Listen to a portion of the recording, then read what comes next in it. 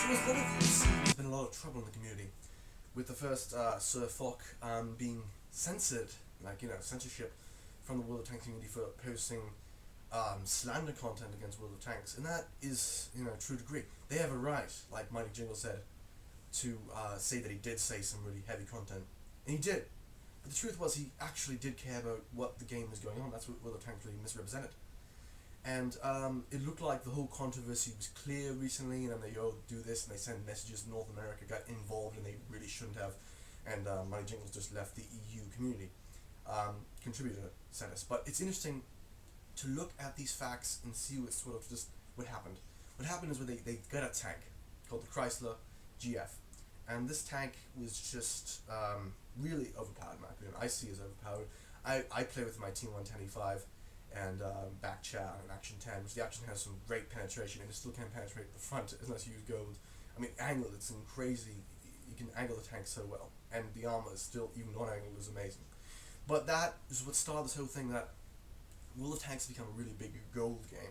People spending a lot more gold, and we've all spent gold to get premium accounts, to get more silver, but now it's kind of hard to avoid not spending gold, and that's what's really contrived, and what's everything that's happened recently in the past thing is about the gold and everything.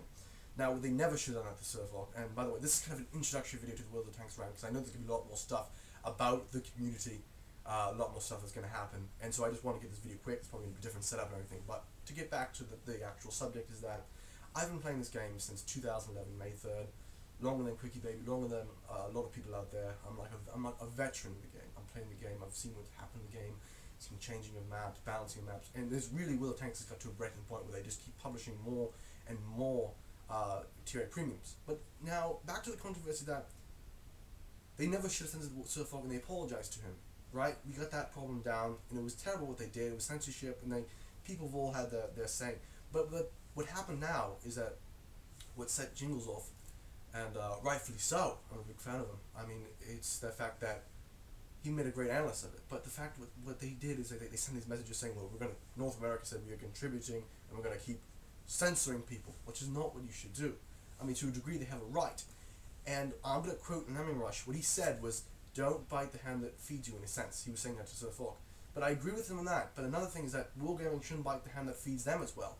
Because all us YouTubers, I mean, me, sort of, I don't do World of Tanks videos, my first, second one, but Jingles, Quickie Baby, and Jingles, they feed World of Tanks too. They get people into the game. They're the ones who, get them playing the game, keep them wanting to play the game, get these great videos.